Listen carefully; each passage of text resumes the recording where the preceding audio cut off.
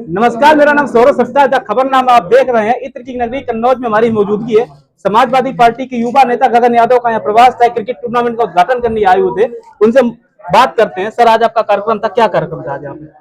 जैसा कि आपने बताया क्रिकेट टूर्नामेंट था, तो कार्यक्रम भी वही था। वही कार्यक्रम था और भी कोई कार्यक्रम थे? हाँ, पीछे छिबरामऊ की तरफ थे और उसके बाद एक दो जगह और थे। नेताजी की मूर्ति बन रही है वहां पर, भूमि पूजन का था। सर, दो तीन थे युवा कार्यक्रम नेता उसके हैं आप बाद। समाजवादी पार्टी के। महाकुंभ में कल एक बड़ा हादसा हुआ, हाँ। उसको लेकर क्या कहना चाहिए? राजनीति हो रही है, भारतीय जनता पार्टी कह रही है राजनीति नहीं होनी चाहिए।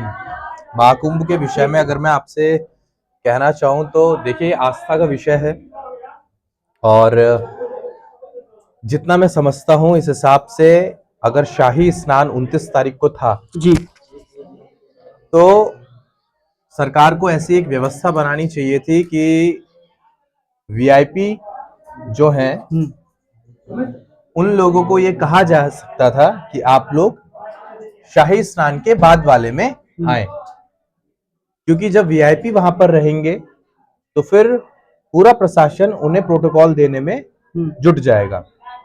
अब जब पूरा प्रशासन वीआईपी प्रोटोकॉल में व्यस्त रहेगा तो फिर आम जनमानस के बारे में या कोई दुर्घटना अगर हो जाएगी तो वो 100% अपना एफर्ट्स नहीं डाल पाएंगे ऐसी स्थिति में उसको प्रोटेक्ट करने में।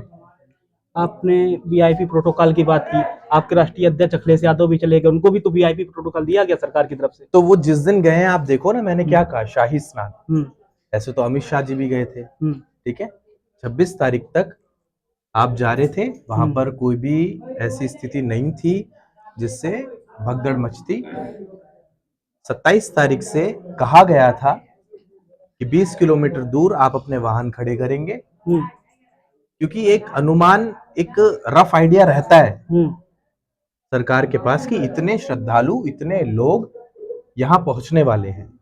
और उनको जब जानकारी थी कि इतने लोग यहाँ पहुंचने वाले हैं तो क्यों उस प्रकार से कोई व्यवस्था नहीं थी, और अगर व्यवस्था थी भी तो उसमें सुधार करने के लिए वो ये काम जरूर कर सकते थे कि जितने भी वीआईपी हैं उन लोगों को वो एक हफ्ते बाद या 4 दिन बाद भी बुला सकते थे इस शाही स्नान के बाद। हम खुद 28 और 29 तारीख में महाराज जी ने हमें कहा था कि प्रयागराज जाइए, उस दिन आना है, और हम लोग निकल भी चुके थे। लखनऊ और बाराबंकी के हमारे कार्यक्रम थे, उसे करने के बाद हम सीधा प्रयागराज ही जा रहे थे। तो वहां जब बात हुई, अधिकारियों को फोन किया तो पासेस कैंसिल कर दिए गए थे सबके। तो उन्होंने कहा कि हम तो यही सलाह देंगे कि आप 2-3 दिन ना आए।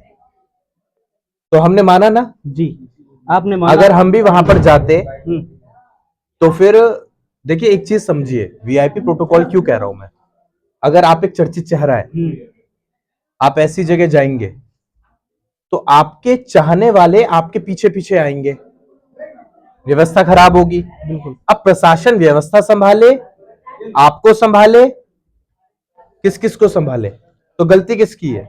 अब डिसीजन मेकिंग की गलती है, जो कि एक तरीके से सरकार करने में असमर्थ रही। अगर तरीके से उन लोगों ने पूरा प्लान तैयार किया होता तो ये घटना नहीं होती। एक कुंभ का आयोजन 2013 में आपकी सरकार में हुआ, दोनों में डिफरेंट क्या मानते हैं आप? क्या लगता है अखिलेश जी ने बेहतर आयोजन किया था या योगी जी का बेहतर कुंभ का आयोजन हो रहा है?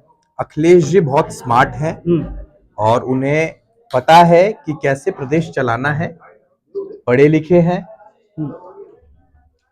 अगेन मैं दोबारा यही बात कहूंगा कि ये आस्था का विषय है। इसमें ज्यादा अगर आप बयानबाजी करते हैं तो एक तबका आपसे खुश हो सकता है, तो एक तबका आपसे नाराज भी हो सकता है।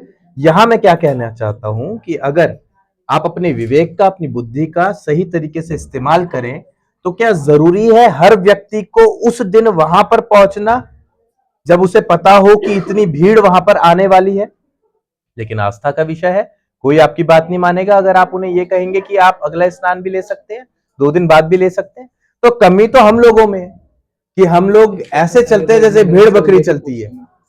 एक दिन दे दिया तो एक ही दिन हम सब वहां पर पहुंचने का काम करते हैं। क्या कहीं लिखा हुआ है कि आप शाही स्नान वाले दिन कुंभ में डुबकी नहीं लगाएंगे, अगले दिन लगाएंगे तो आप पे कृपा कम बरसेगी?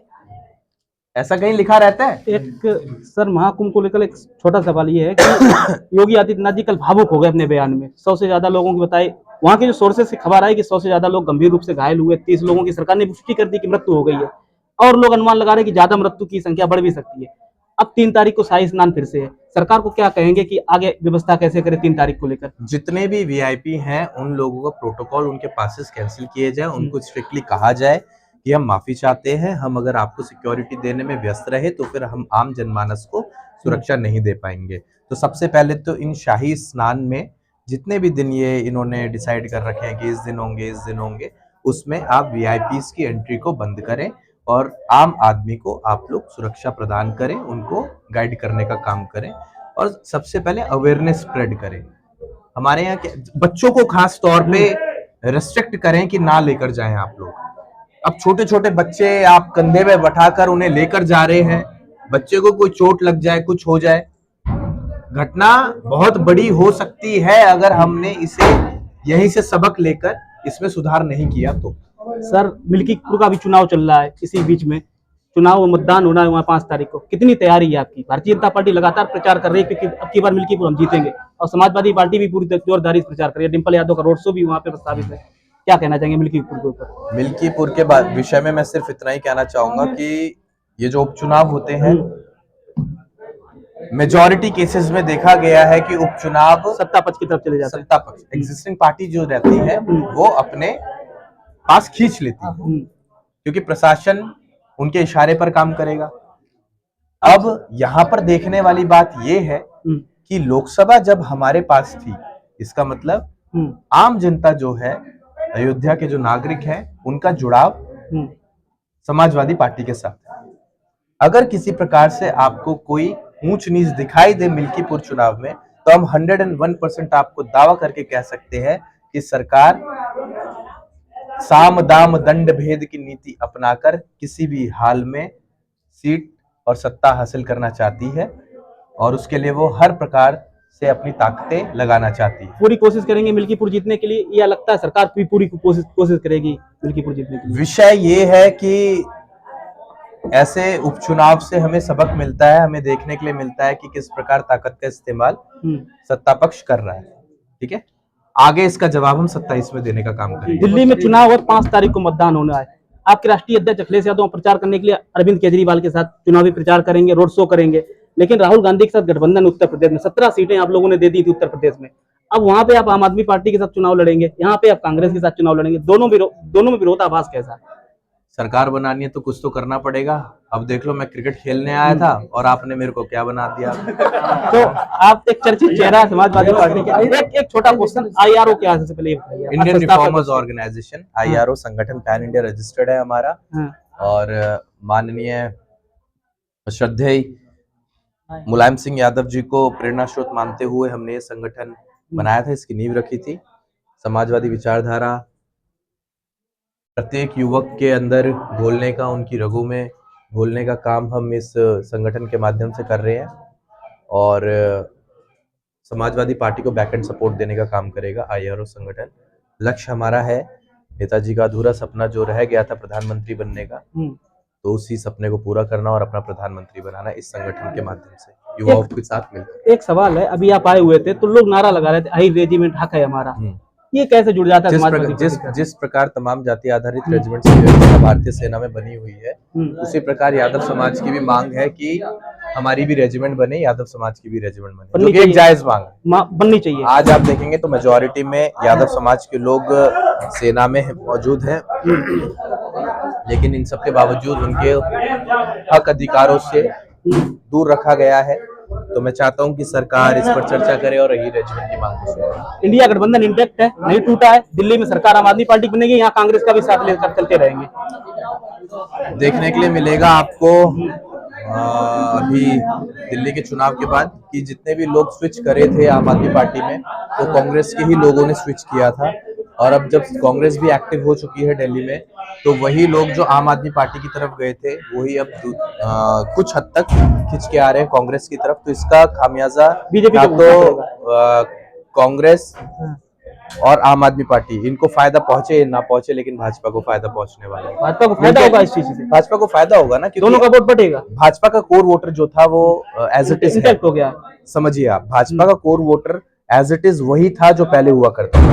आम आदमी पार्टी के पास जो वोटर स्विच करे थे वो कांग्रेस के करे थे, ठीक है। और आज भी राहुल गांधी जी के प्रभाव को देखते हुए जो लोग कुछ प्रतिशत खिंचकर आए हैं वो आम आदमी पार्टी से खिंचकर कांग्रेस में आए हैं, तो नुकसान इन दोनों को होगा, भाजपा को लाभ सरकार मिल किसकी सकता है। बनेगी? आम आदमी पार्टी की बन सकती है। 2027 को लेकर उत्तर प्रदेश में समाजवादी पार्टी आ रही है। 100%। हाँ, आपके अखिलेश जी आ रहे हैं। गगन यादव